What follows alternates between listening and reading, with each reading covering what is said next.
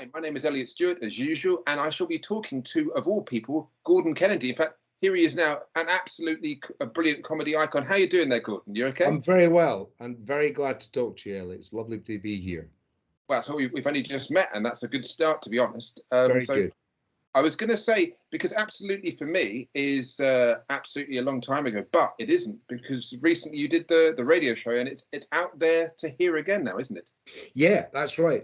We did 3 series of the Absolutely Radio Show, which was it sort of came out of being asked to do a few old sketches in a show called Sketchorama, which was on Radio 4. And it was a really weird thing that happened. I didn't think I would get everyone together whenever anyone would want to do it. But actually there was quite a consensus that it was something we wanted to do. And then when we started talking about it, it was sort of, if you can imagine, all the characters from the Absolutely Television Show were like ventriloquist dummies, and they'd kind of been put in a suitcase in 1991, and they were sitting there and they're all going and they hadn't talked for 20 odd years. So when we pulled them out in 2013-14, they had quite a lot to say. So suddenly what happened was that we started writing new material for some of those characters, and then it sort of blossomed from there. But mainly because it was 2013, and we felt we couldn't really do Stonybridge without talking about the Olympics that had been the year before, because 2012 London Olympics had been such a massive success, and everyone was still talking about it. We kind of thought that with the Stonybridge Council, it would not be quite so good, but and so Brucey started off by saying that they had some very bad news for the council, because obviously they didn't know this had happened, and so we wrote a new sketch about that, and then that kind of let the Pandora's box was open, and then we started writing other stuff, and then on the night we recorded loads of stuff. So then we went back to Radio 4 and said, look, we've got all this stuff that we recorded that we didn't put out. Can we put it out in a kind of a half-hour special just with us?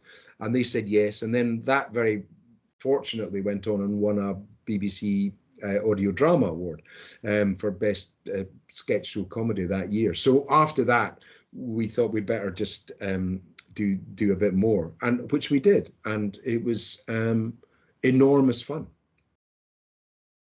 So when it came to the writing process, I mean, obviously were you re-engaging with people that you hadn't written with for a while? And was it like getting the dynamic back again? Yeah, we did. So what happened was that 5 out of the 6 of us went forward to do the radio show.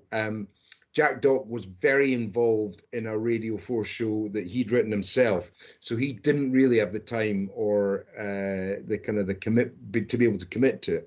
So, but he he was incredibly generous about it. Just said, look, go do use it all, do anything, it's fine. Obviously he was devastated when we won an Audio Drama Award, and obviously we don't ever let him forget it. But but what was really interesting was, I mean, we'd all worked together in different combinations because of Absolutely as a production company, so we'd all worked in different productions, and we'd done different stuff. So it wasn't that we hadn't spoken to each other for 20 years. We're good mates, and we'd always been keeping in touch. But what was really interesting was when we got back to work, it was almost like we'd never been away. It was which we all were slightly surprised at. There was still the sort of meetings we had in this very office when we would all bring out our kind of bits of paper and sort of slightly worried, sort of started reading out stuff to other people. But it was great, and it was a joyous process. And it was just, what was lovely was it was just so unexpected. None of us in our wildest dreams ever thought we would go back to Absolutely, and then also get the chance to kind of reinvent it for radio, and B for 2013 as opposed to 1991, and that was just such a precious thing to get. It was just great fun. Well, the show was always it was one of those things, I can say how long ago it was, when I was a student, that it was very much, and you'll probably get sick of people saying, damn, Monty Python and everything, but you never knew what you were going to get with Absolutely. Yeah, you see the regular characters, and I was watching The Nice Family, and I was like, "Where's Gordon? Oh, you're the mum." I just watched the Kinky one when they come home, and yeah. bondage, and then Jack Doherty's sort of going. He's coming up with these ludicrous excuses, and they're all being like, "Yes, that sounds reasonable, Father." It's a great sketch. Yeah, it's one of my it's one of my great regrets is that when we were working on the show, on the television show, I met through a mutual friend, Gary Olson, who you might remember was the father in 2.4 Children. Oh yeah. Yeah, so he was a great actor. He's a really good actor, and he'd done all sorts of stuff. And I met him, and he sort of came running up to me, and he was so much more famous than me, So I sort of came up to me and started shaking my hand, and it's slightly weird. And he was a lovely guy, and he was chatting away, and he said, "What I want to do, Gordon, the one thing I want to do in my acting career is be your sister." In The Nice Family. And he wanted one time for there to be two of us at the back washing up, going, and then, but very sadly, Gary was taken from us well before his time, so we never got to do it. But he was such a lovely guy, and it would have been great because he was slightly shorter than me, but he was a similar sort of shape. He was quite broad and well built, or some people might say stocky. But anyway, but he was great, and so The Nice Family was great. Probably wouldn't have worked quite so well on radio, so that's why we didn't do it on radio. Mother spinning plates. I'm not sure it would quite have. I was thinking of other sketches. There's one where you're doing the horse. I have to get this wrong now. The horse sketch, but there's no horses, and you're doing this. Oh yeah. That's brilliant. That's one sketch that, funnily enough, has lasted more than almost anything else, because every time there's an Olympics or the Commonwealth Games, which is sort of every 2 years, it just appears on YouTube and then gets all these sort of views, which we love. And then, the police at Channel 4 come and take it down, and then it gets put up again, and it's great fun. But it's because, all the dressage events, and it always comes around again. And so that's quite nice. I mean, I would feel that's that thing where you've got 80s and 90s retro and everything, and you're still quite a cult, if I pardon the expression, but it's that thing of going, one day, little clips of Absolutely will appear on my son's TikTok, and they go, "Dad, what is this?" And I have to No, sadly, they know exactly what it is, and they get rather embarrassed about it. Right. Funny enough, the last time, it was my son that spotted it for must have been the Commonwealth Games. It was out, it would be the last Olympics. He spotted it and he said, "You're back on YouTube again, Dad." But it's okay. He's gone. He's a bit older now, so he doesn't get embarrassed by it. There was a lot of that. That was one thing that was kept going, but everything else had disappeared, which was lovely, because it meant that when we came to do the radio show, we were coming to everything fresh again, and with a very different perspective on it, because we were much older, and we sort of, with the exception of the little girl, the characters were much older. So so Frank was going to see his dad dying in hospital, and Callum. Callum's really interesting. His transformation in the radio series, because his character doesn't really change. He's still the same extraordinarily, exasperating Callum.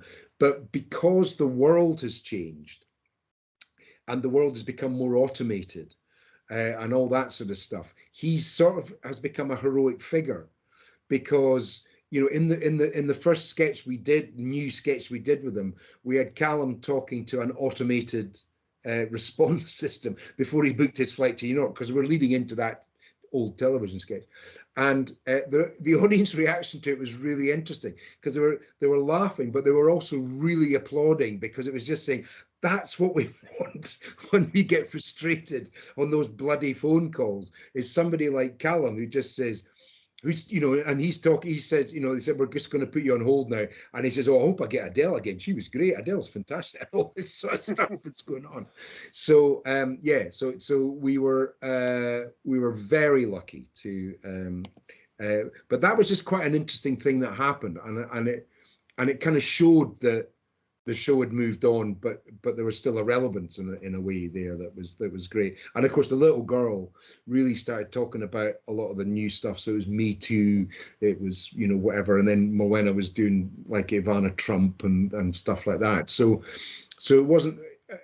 What I thought was good was that we didn't stand still. We moved everything forward, whether it was existing characters, they were very different, or whether it was you know, new characters to reflect where we were. Well, that seems like a good idea, because there's that thing of like when other shows come back, you get the greatest hits, and I love the fact that they absolutely went, you know what? Imagine if the show had kept going and we were on radio and we were still doing what we were doing. I'm particularly fond of, and there's, again, we were talking about sketches that were visual, right? But I was going to share with you the 2 times you scared me comedically, if that's all right, and see if you remember them. So there is a sketch, and absolutely, possibly the first series, and it's a wedding video by an art student, and it turns into this David Lynch nightmare, and it's brilliant. And you've got this, I think it's an angel or a thing, and you're miming to Elvis, and it absolutely freaked me out. Funny, but scary. No, that was, I mean, it was because, sorry, there's a helicopter going over. It's the comedy police that comes to we all loved Blue Velvet, that was out at the time, and it was one of our rules was we didn't do parody, but there's a couple of times when we blatantly did, and that was one of them. The other times when we did a Simple Minds kind of video, but that one, but I loved it because I got the part of Dennis Hopper basically. So I was, if you remember, I had a caliper on and I had the oxygen, and actually it was me singing. I'm very glad you thought it was Elvis, but actually I sang so that I'm obviously I mimed it on television, but we recorded me singing it, and yeah, but that it was just fantastic because, you know, Jack Doherty in particular was very you know, influenced by film and was interested in directing stuff like that. So he wrote this brilliant kind of sketch, which was just, it was fantastic. And but I'm very pleased that I frightened you, because that meant I was doing my job. So that's very good. I said that to, when I met Julian Glover last year, I sort of went up to him and said, "You scared me in Raiders of the Lost Ark and Doctor Who." And everything. He's, "Oh, I can't apologise enough." And I was like, "No, I will never apologise for scaring somebody if you're meant to do that. That's very good." When was the other time I scared you? Well, see, I'm showing my geeky credentials now. Not in Doctor Who. That would be in Red Dwarf, where you were Hudson 10 doing your Blade Runner stuff. Bloody scary. And you're doing this goodbye. You were singing a song. Oh, that's right. Yes. So scary and funny. I can't remember what it was. But you're right. But that was hilarious because I got invited to 2 Red Dwarf conventions on the back of being in one episode. One of them in Los Angeles. Wow. Exactly. But the great thing about the Red Dwarf conventions was that they've been going on so long that they're incredibly informal. They're not like, I did a couple of Sherlock ones as well, which were great, but they're much more, there's the Sherlock fans, and then we're brought in and then whisked away.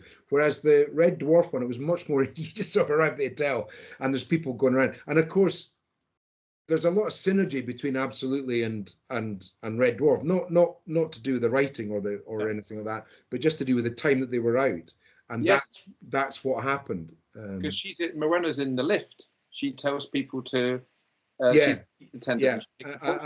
You know, that was the thing. And I mean, I literally, because they asked me to do it, and I turned up to do the script read through, and I really was panicking. I had no idea what I was going to do for this character. And luckily, the morning of the read through, I suddenly thought about, and maybe I'd seen something on television about the guy that does the used to do the Blue Stratos aftershave commercial with a very deep voice.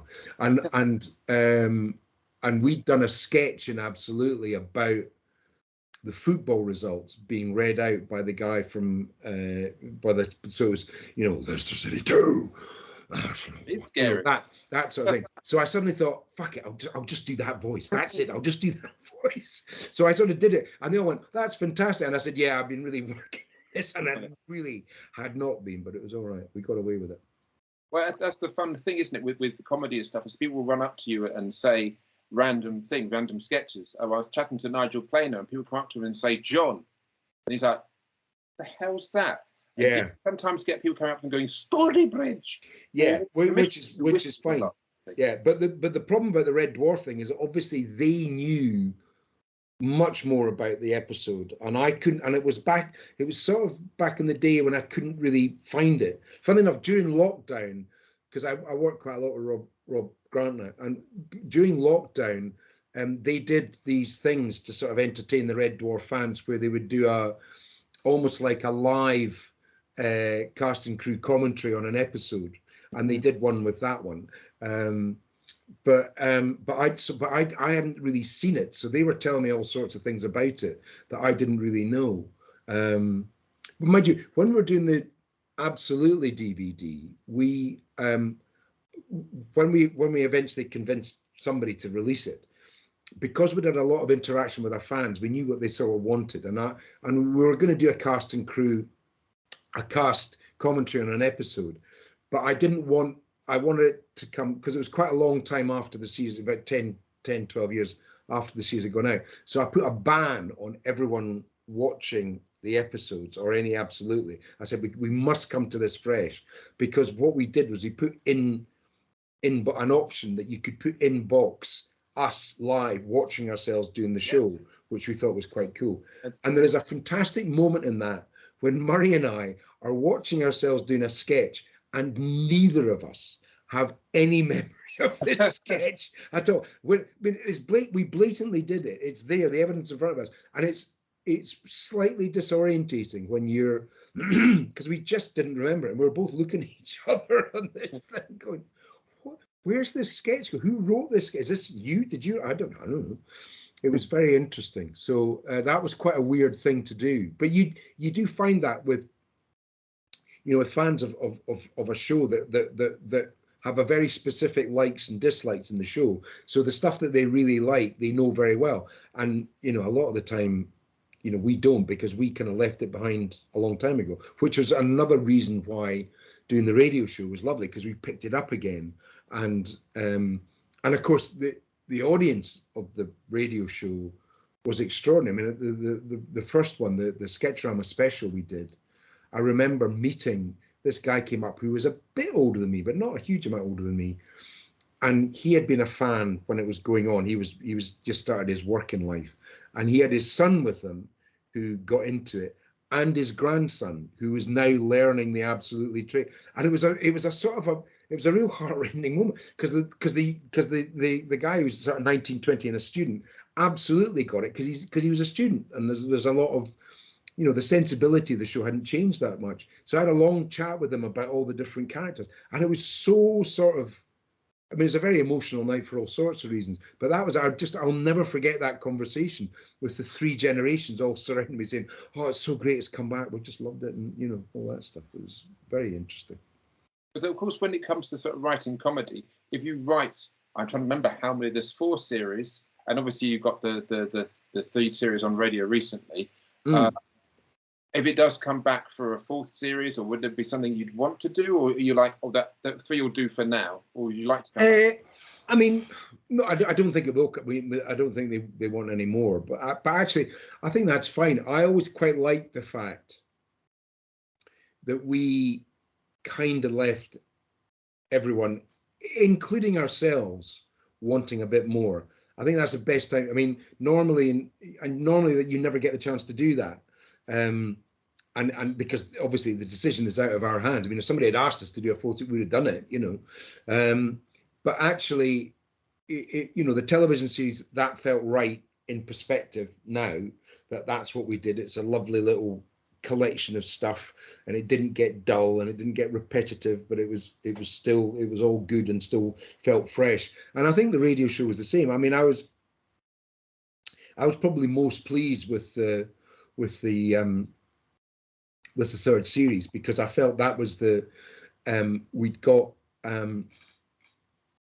even further away from the television series, whilst being entirely of the same DNA as the television series. I felt we'd gone further away from it. We were talking about different things. You know, there was the stars of the show were becoming like people like Two Line Terry and the News team, and the audience that was coming to see the shows was beginning to recognise them, as I remember people did when we all walked out to do Stonybridge in the television studio and stuff like that. And that really gave that was a big buzz for me, because I thought, yeah, that more than anything else is sort of justified. Is you can't just say, oh, they're just living off their laurels, when you saw that the show had gone to that sort of level. And so, I mean, obviously I was disappointed we didn't do a full series, but I think it's the same as I was disappointed we didn't do another television show. But actually, I think they're probably both about right, and it's nice that people go, oh, I wish you were doing another one. That's kind of a good feeling. That then you know you haven't outstayed your welcome. It's that Scottish thing. You don't want to outstay your welcome. You just want to get a good. You like it, great. Okay, see you later, and that's that. I've always admired your ability to keep a straight face when you'd have like Callum saying something or Jack Doherty saying, that's Scottish, you know that, and you have to sit there and you've got that little high pitched voice that you do.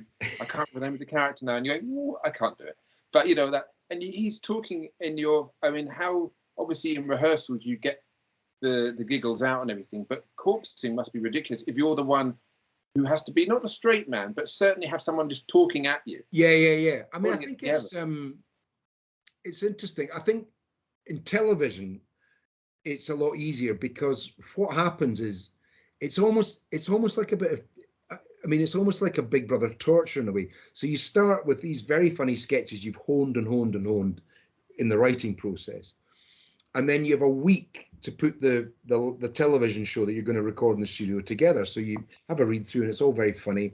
Then you start doing it, and you do it quite a lot, and then you're doing it, and you end up the day before the recording doing the technical rehearsal when the crew come in to watch the sketches. That's all on tape, you know, it's all marked out on bits of tape in a gymnasium somewhere.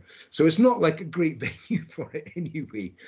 And by that, after the cast and crew after the crew sort of rehearsal, you literally think that you've written or performed the least funny thing in the world, because they're sitting there, and of course they've got to think about where cameras are, so they're sitting there taking notes. So they're not really listening to it, but they're sort of going, oh, that's what they're doing. And you're standing there giving it big licks, thinking you're the big smart Channel 4, you know, sort of, you know, getting the boundaries of comedy on. And they just don't. It looks from the outside like they don't give a shit. Of course they do, but they're just released notes. So you arrive at the studio with your confidence utterly shot, and it never gets any better.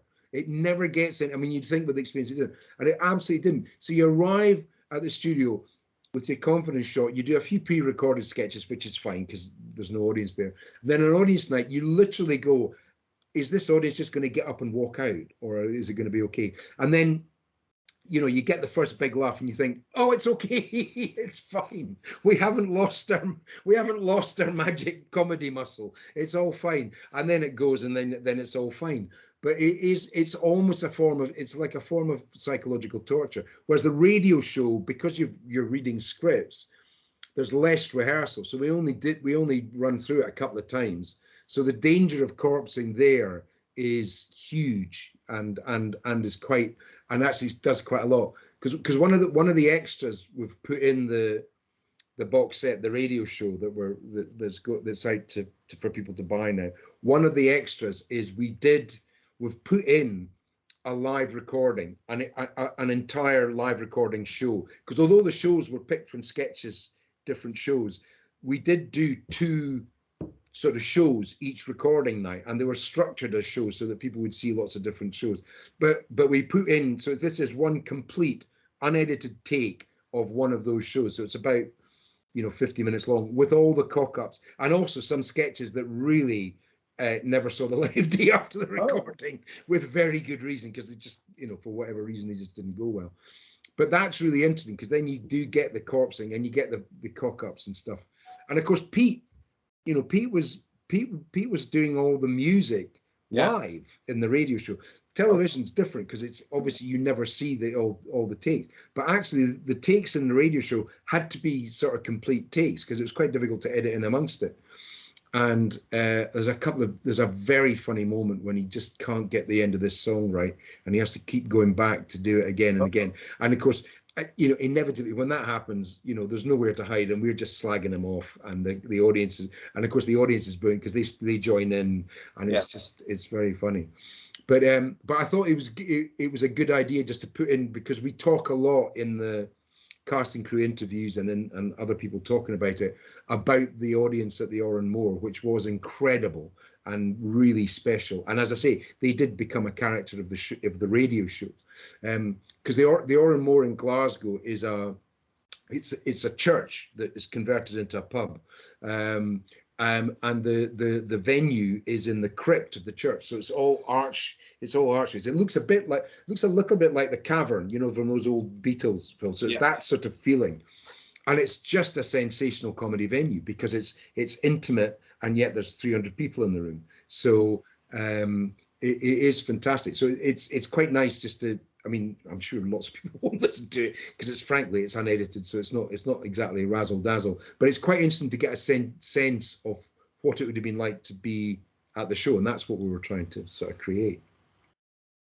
Like they did that thing with the Beatles, didn't they? It was that Peter Jackson's just 400 minutes worth of, and it's quite because you can dip in and out of it, and it's sort of no, absolutely, and also, you get the idea that the sketches that we write are all about 5 or 6 minutes long, which is far too long. But we always do that because we edit them down and we just go to the laughs. But the main thing the thing I liked about it when I was listening to it was the audience, because they are just fantastic, and it was a complete shock. I mean, the first.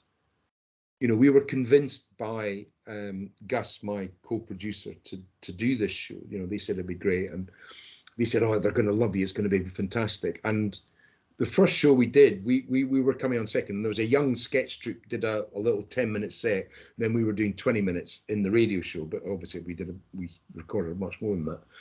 And it was in the Oran Mor, and we'd never really been there, so we got there, and the buzz around the place was extraordinary. There was people just chatting away. Then these guys came on, and they were brilliant. They were really funny, and the audience loved them. And at that point, we were all looking at each other going, have we made the biggest mistake of our lives? Because we just thought we were going to go on, and they're going to go, no, we like the young guys better, So we were sitting backstage waiting to go on, and then I think it's Tom Tuck, the comedian, introduced us, and they played the Absolutely music, and the place just went bananas. It was like a cross between a kind of rock concert and a religious experience, and it was just extraordinary. And which of course completely completely sideswiped us, because we were literally expecting a kind of, well, come on, let's see what you got, and we got this massive sort of ovation as we walked on, and we sat down ready to do a Stonybridge sketch. So I sort of, in Brucey character, told everyone to shut it, as Brucey does, and they all laughed at that.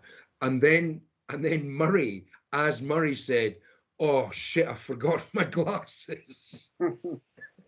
So you had to go. So the whole thing started. There was this massive ovation, and then we completely broke the fourth, which was good because it relaxed us.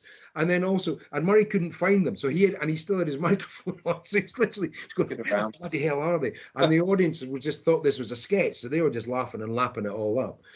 But he just relaxed us all. But it was, and obviously, if you ever needed a kind of a parallel of the fact that time had passed since we were the young guns of Channel 4. The idea that somebody had not only wear glasses, but had forgotten to bring them with them on the stage.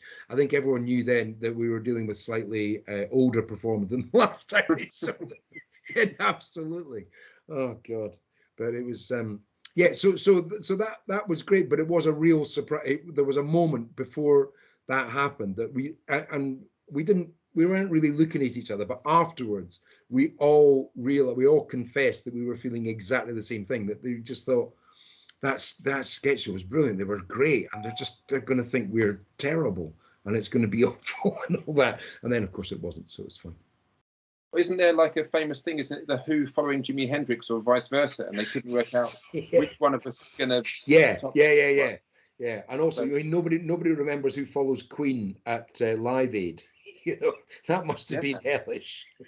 I do remember watching Live Aid as a little teen and everything, and it's I shouldn't say it's a great event, but it was like Queen. Yeah, and I just think it's did you ever before or after? I don't know. I can't remember. But so so that was lucky that it worked out. But I couldn't remember, and I do apologise. Did Absolutely ever go on tour in the same way? Oh, you didn't do that? Didn't. And we talked about it a lot, and we could never get 6 people agreeing to do something at the same time. And I mean, to be fair, it was just before comedy TV shows touring became big business. I mean, the Farce show, they almost did a stadium show. Ramsey Nesbitt did a big theatre show around about the same time as us. And I just don't think I was acutely aware, but I don't think the rest of them realised just exactly how much money you could make out of it. So they didn't really think very much about it. And also we were so into television, you know, we were into making we were very lucky. It was our production company. We were making our television show, and that was great. But we had a couple of meetings about it at a certain time, and then there's another time after we'd finished doing the show that we thought about doing a theatre show, but it never came to anything. But luckily the radio show actually was a live performance, and that was really nice, because it's not. Recording a television show, even in front of a live audience, does not feel like that, because you've got a barrier between you and the audience apart from anything else, because you've got the television cameras, and also you've got to be quite careful that you play the stuff down to the camera and not all to the audience. But you can't ignore them. But there's a really weird sort of focus thing that goes on when you're doing a live television show, where you know, that's the little square box is the important person. The 500 people behind that are laughing are great because they're providing the sound effect, but the camera is the important thing. Whereas with radio, that's just not the case. The audience is really important because they're part of the show, and we're reading the scripts, but people didn't care about that. But the show felt very live, and it felt like a live performance because we just did it for 45 minutes a half, and we had a few retakes, but not really very many, and that was that. So of your characters that you enjoy the most, there's the commissionaire chap. Yeah. Who, again, should stop saying how scary I find you, but I always found that character quite imposing because he's in charge behind, and we all meet people like that. And obviously, when you wrote the new Absolutely, there's the Facebook sketch and that kind of thing. So, but obviously, you do. You're sort of responsible for other shows now, the Nether Regions and I've forgotten her name now. There's a female comedian who you produced. Lucy Porter. Yes, I briefly met her and she was totally disinterested in me. It was fantastic. I was putting on a sketch show and I was like, oh, it's Lucy Porter. And I was too excited. And I was like, oh, wow, it's you. And one of my cast just went, hi. And she went, hi. I was like, oh, maybe I should have done it like that then. But it is something. Next time we record it, because we record them in Pinner Village Hall, which is hilarious because she lives in Pinner. So most of the people she's talking about in the show are in the audience, so it's very funny. So next time we'll get you up there and you can come and you can meet her properly because she's lovely and very good.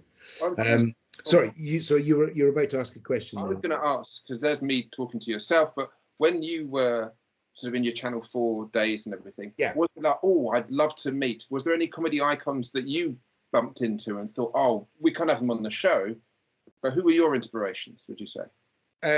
Massive inspirations. Yes. And this is going back to when I was much younger than Absolutely time. I think Stanley Baxter is one of the people that influenced me. Now, a lot of people listening to that probably won't know who Stanley Baxter is. Sadly, no longer with us. But he was a Scottish comic actor, I would call him, because he didn't write anything. But he he was the most fantastic. He used to do these amazing specials for ITV, so he wasn't doing stuff for Scotland or STV or BBC Scotland or anything. And he would just be extraordinary. And he rather like Morwenna, had this amazing face and bone structure that when he put a wig on or changed his hair color, his whole face changed. Morwenna's exactly the same as that. And it's not, some people are like that and some people aren't. My chin is too big. I've got a bit of a, in a bad way, a George Clooney chin. So I don't really change that much. I mean, I can change how I look, but it's not quite the same. And I just loved Stanley Baxter. He just made me laugh as a wee boy growing up. And then when I was sort of teens and getting ready for my big comedy influences, it was the Pythons, really. They were massive. Who I've never met. I've never met any of them.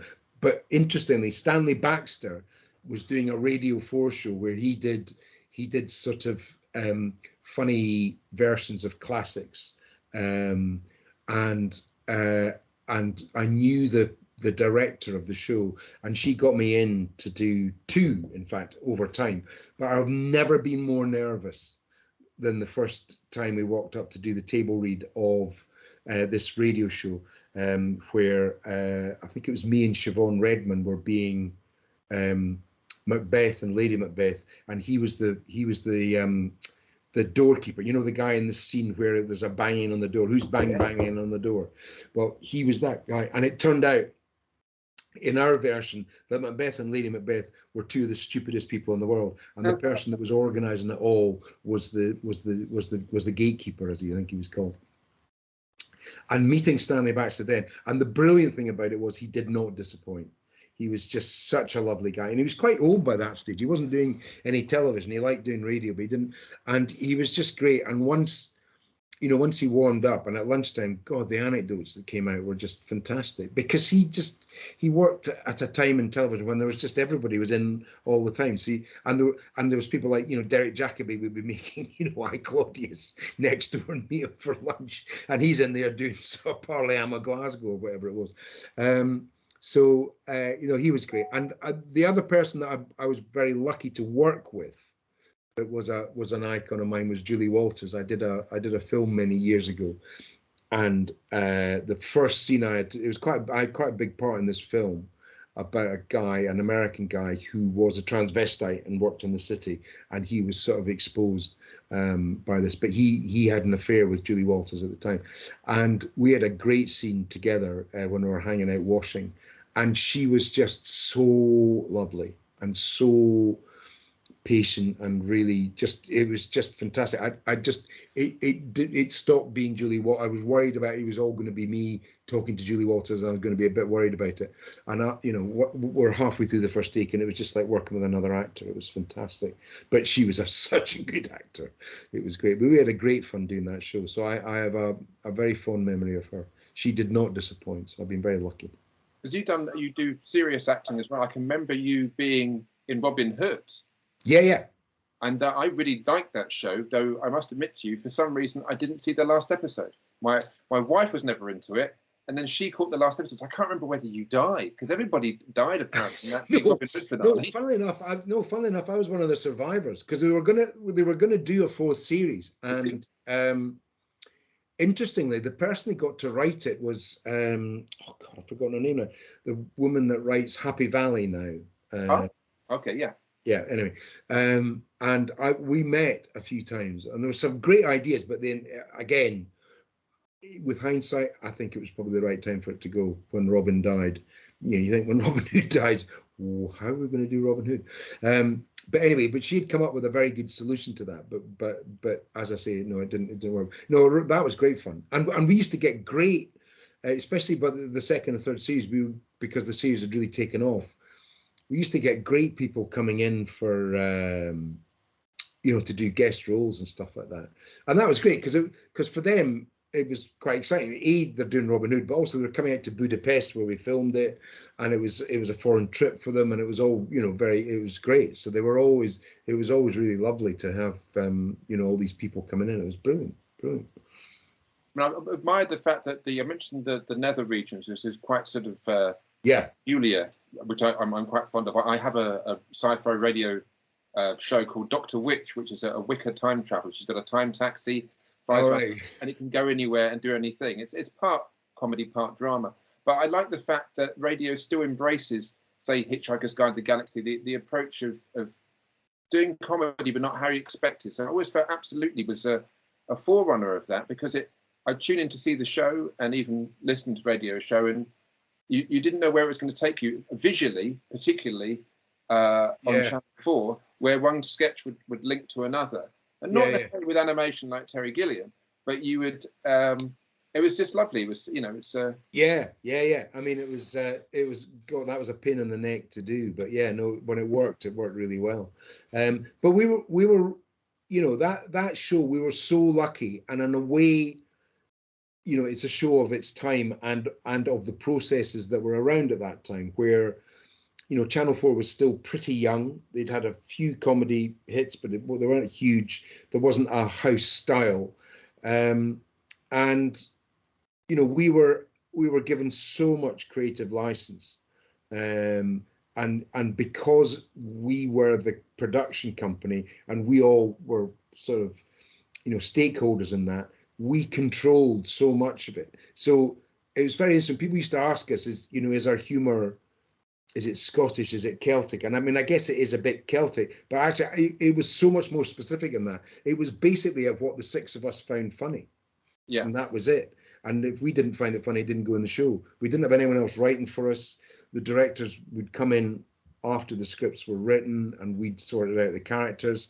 So, it was absolutely us, for first timers in television, to be given that amount of artistic sort of freedom was extraordinary, because it was all on trust, because we had no profile on television at all before we did Absolutely.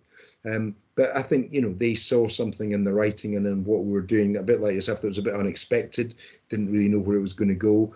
And so they kind of gave us a pretty free rein to do that. So we were pretty lucky with that, really.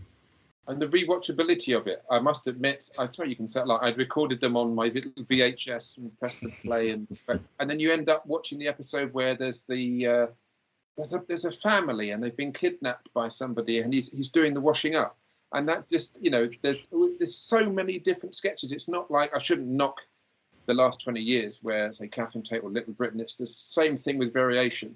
But I had so much joy with hearing that you got. Yeah, I mean, part of it was also because we got very bored. I mean, even with Stonybridge, we eventually kind of made an homage to The Godfather in Stonybridge, and it was all filmed. I mean, I'm not entirely sure it worked very well. And Don and George just were off the scale with their sort of surreal kind of where they took each other.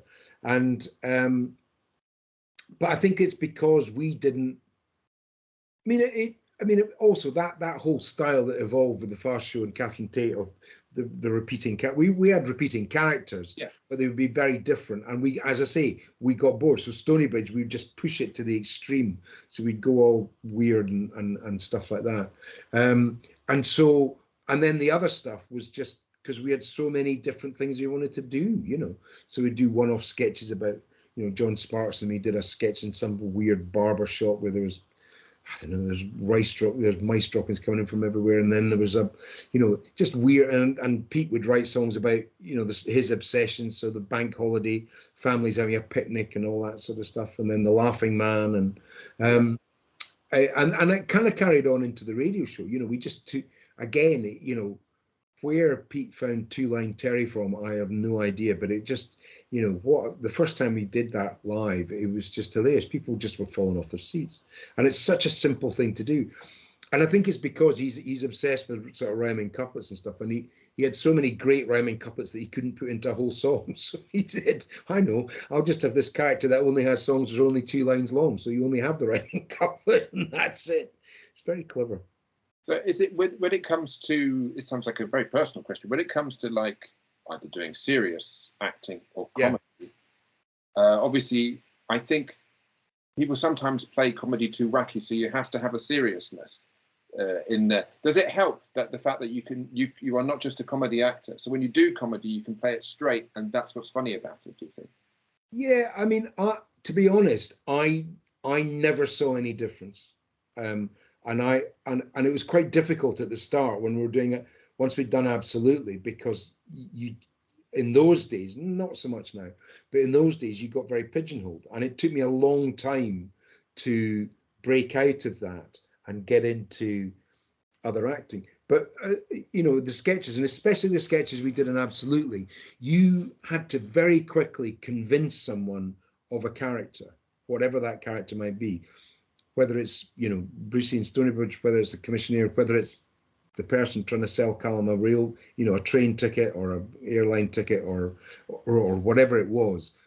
The point about a sketch show is, for character-based sketch show, as opposed to just gag sketch shows, if you don't get that across very quickly, then you're toiling, because the laughs they're going to get is from knowing what this character is and what he kind of stands for, or the position he's in when faced with Callum, for instance.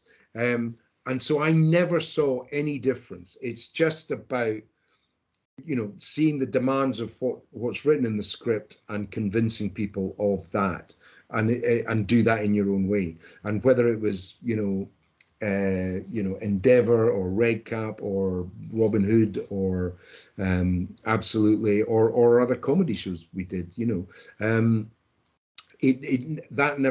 I've never seen a difference between that.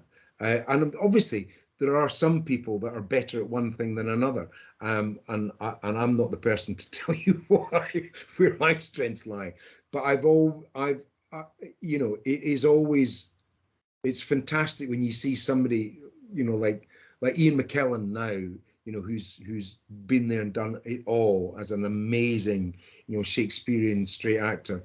And then he gets on, and then you see him in Ricky Gervais's Extras when he does that audition scene that is just, don't forget, he's working with Ricky Gervais, who's pretty bloody good at comedy, and he absolutely has the equal of him, and he's just brilliant, and also very, very funny about himself.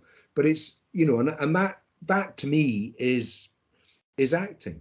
It's convincing people that you're not yourself. It's that simple, and you're the person that this writer's written about.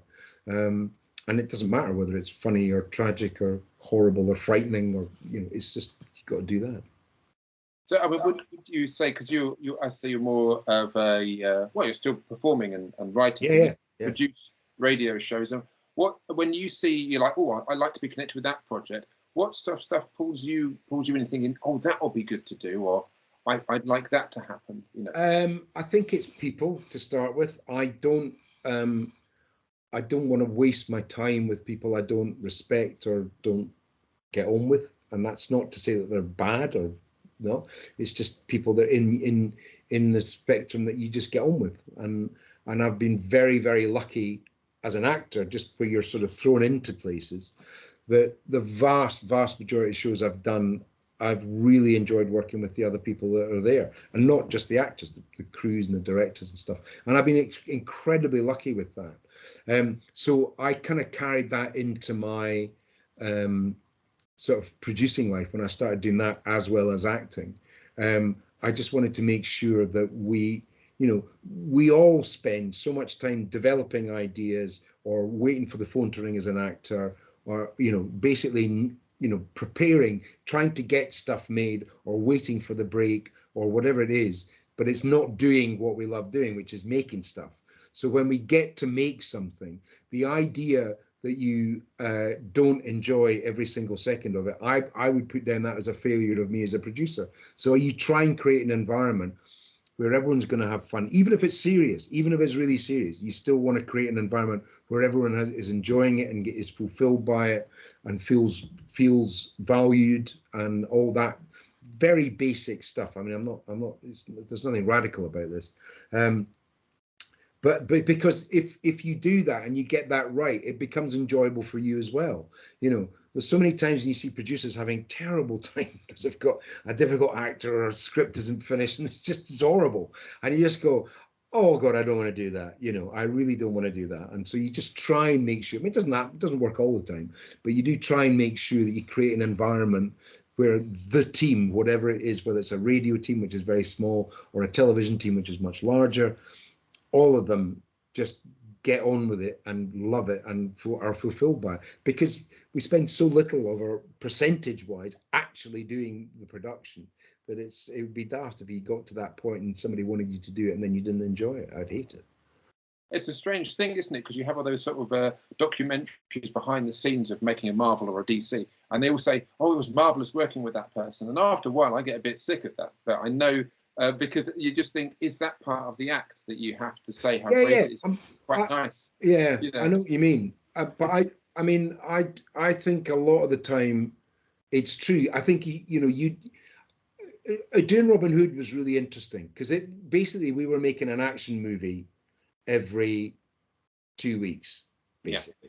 Yeah. You know, the 45-minute, we would do an episode every 11 days. And in that, there'd be 2 or 3 fights. There'd be a big set piece action where it's all horses and carts and all sorts of stuff, or, you know, trebuchets or whatever it is. And incredibly hard work. I mean, physically, really demanding. And the schedule's tight because you don't have a lot of time. So you're not going to get 100 takes at it. And there's bits where you've got to be really emotional. You know, there's bits where you just got to calm everything down and get very kind of intimate and all this stuff. And it was really interesting because I remember meeting the casting director afterwards, and she cast that show as a manager would pick a football team.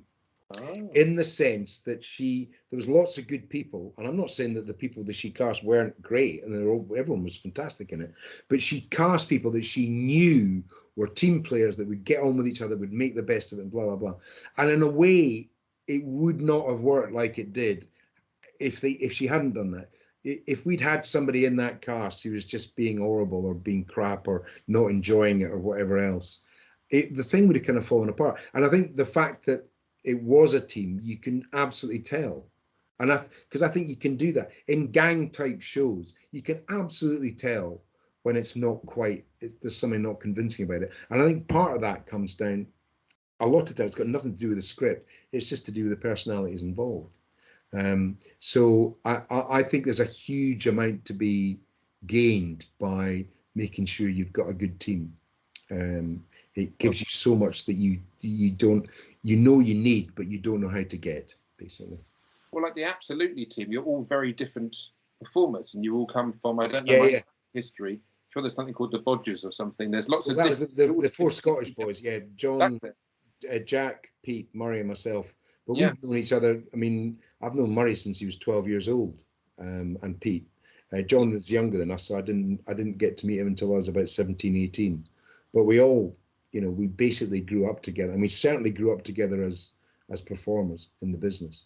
And it sort of clicked. And there was I know that Python always had was there ever any sort of sketches, well, not to say whether any arguments or anything, but was it all plain sailing, or did you sometimes have mild falling outs? Wouldn't seem like it. Oh no, I wouldn't say we had falling outs. We had lots of disagreements and views were expressed, but everyone, you know, it was a very open forum. And because the other thing is when you know each other well, and by the time we were doing Absolutely, I'd known, obviously the Scottish boys were known for decades, and Moena and John I'd got to know very well over that time because we were working on developing the show.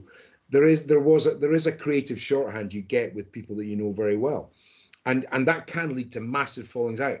We are very lucky and Absolutely that because for whatever reason we've always maintained a real a genuine admiration for each other, and I think that we all have different qualities and it all kind of mesh together. And you know, I don't write as much as a lot of the other ones, but I'm quite organized, so I would, you know, especially now, produce the radio show, and we also got different qualities as actors and as writers. So you know, there was a great meshing of all that in the television series, and as I said to you, when we got back to doing the radio show, you would think we'd all been palsied by the kind of, you know, the years in the business, the bitterness and all that. And absolutely not. It was just like, it was the same. It was great. And we rediscovered that kind of meshing all over again, which was lovely and hopefully comes across in the show. But I think it does. Well, thank you so much for chatting to me today, and Okay. give a shout to people and buy it and listen to it. You can if you go on the Absolutely Twitter feed or WhatsApp, you'll see the links to and if you buy it before, because it's released on April the 6th. Yeah. And if you buy it before then, you get a bit of you can pre-buy it, and but I hope you enjoy it. So you can put it beside your box set and have a good time, have an Absolutely experience. Brilliant. Thank you so much. Cheers. My pleasure.